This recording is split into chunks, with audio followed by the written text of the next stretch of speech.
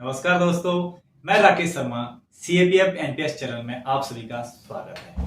आज हम इस वीडियो में बात करेंगे यूपीएस पेंशन, यानी कि जैसे सबसे पहले ओल्ड पेंशन, उसके बाद एनपीएस और अब गवर्नमेंट ने नया रूल 24 अगस्त 2024 को 8:33 पर प्रधानमंत्री श्री नरेंद्र मोदी जी की अध्यक्षता में इसे पोस्ट किया गया है। इस पेंशन का नाम यूपीएस यानी कि यूनिफाइड पेंशन, जिसे हम एकीकृत पेंशन योजना भी बोल सकते हैं। तो बने रहिए मेरे साथ इस वीडियो में। अब हम डिस्कस करते हैं कि यूपीएस क्या है, ओल्ड पेंशन में क्या था और एनपीएस में क्या था। हम तीनों के डिफरेंस समझेंगे। तो देखिए, सबसे पहले मैं यूपीएस में की पेंशन के बारे में बात करता हूं कि सबसे पहला मेरा पॉइंट है कि ओल्ड पेंशन में मिनिमम वॉलंटरी पेंशन लेने के लिए 20 ईयर्स सर्विस होना जरूरी था। यूपीएस में क्या किया गया है, इन्होंने 25 साल सर्विस होना चाहिए, तो उसे ओल्ड पेंशन की तरह 50% बेसिक का पेंशन के रूप में दिया जाएगा। लेकिन इसमें क्या अमेंडमेंट किया गया है कि जो बेसिक है, बेसिक को जैसे जब वो एग्जिट हो रहा है, मान लो जब वो वॉलंटरी रिटायरमेंट ले रहा है या उसकी 25 साल सर्विस कंप्लीट हो रही है और वो पेंशन लेना चाहता है, तो उसकी जो प्रीवियस ईयर्स यानी कि 12 मंथ की बेसिक को, फिक्स बेसिक को एक एवरेज औसत के रूप में इंक्लूड किया जाएगा।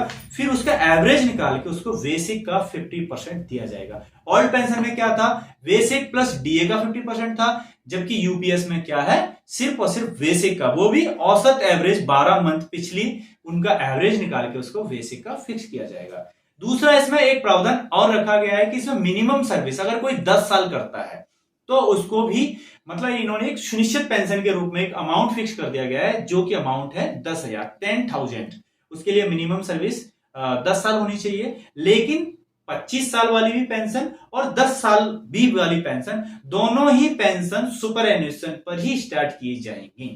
दूसरा, इसमें एक और पॉइंट रखा गया है कि जिसको हम बोलते हैं सुनिश्चित अमाउंट, मतलब एक फिक्स अमाउंट भी इसमें एक रखा गया है, जो कि जैसे कि एनपीएस में था, सुपर एन्युएशन पे 60% था और वॉलंटरी पे 20% था टोटल का। यूपीएस में क्या कर दिया गया है कि जो आपका अमाउंट है उसको एक मुश्त दिया जाएगा आपको, आपकी 25 साल सर्विस है या फिर आपकी 10 साल सर्विस की गई है। वो कैसे दिया जाएगा कि आपका जो 6 महीने की सैलरी है, पे प्लस डीए, उसका 10वां हिस्सा, मतलब आपके 6 महीने की सैलरी को इंक्लूड किया जाएगा और उसका 10वां हिस्सा जितनी साल आपकी सर्विस है उस सर्विस से काउंट करके 15 दिन के हिसाब से आपको यह एक मुश्त राशि 10 साल सर्विस एवं 25 साल सर्विस में यह देने का प्रावधान रखा गया है। दूसरा, गवर्नमेंट ने इस यूपीएस पेंशन में पारिवारिक पेंशन, जो कि जैसे कि किसी कर्मी की डेथ हो जाती है तो उसको जो पेंशन मिल रही थी कर्मी को, उसका 60% उसकी फैमिली को दिया जाएगा। यह इसमें पारिवारिक पेंशन का प्रावधान रखा गया है। दूसरा, इसमें आपको जो जैसे कि ग्रेजुइटी, तो ग्रेजुइटी का भी प्रावधान रखा गया है, लेकिन ग्रेजुइटी का प्रावधान ओनली फॉर सिर्फ 25 साल सर्विस के बाद ही जब आप जाएंगे तो ही ग्रेजुइटी मिलेगी। 10 साल सर्विस के बाद सिर्फ और सिर्फ 10,000 पेंशन फिक्स किया गया है, ना कि ग्रेजुइटी की गई है। तो मेरा गवर्नमेंट से एवं कर्मियों से भी यह अनुरोध है कि हमें यह समझना चाहिए यूपीएस क्या है, एनपीएस क्या है और ओल्ड पेंशन क्या है। सरकार नए नए रूल बदलती जा रही है और हमें यह समझना चाहिए कि एक्चुअल हकीकत क्या है। तो मेरा सबसे निवेदन है कि ओल्ड पेंशन, एनपीएस और यूपीएस तीनों में अंतर समझें, उसके बाद आप इस चीज के बारे में सोच सकते हैं कि सबसे अच्छा क्या था। ये तो हम भी जानते हैं, आप सभी भी जानते हैं कि old pension is the best. Old pension ही है, इसीलिए इस वीडियो को बनाया गया है कि आपको यूपीएस, एनपीएस और ओपीएस में अंतर और क्या क्या बेनिफिट्स हैं, इस सब के बारे में बताया जाए।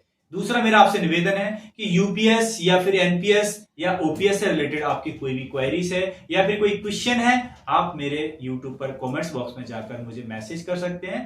आपका सॉल्यूशन जरूर किया जाएगा। धन्यवाद।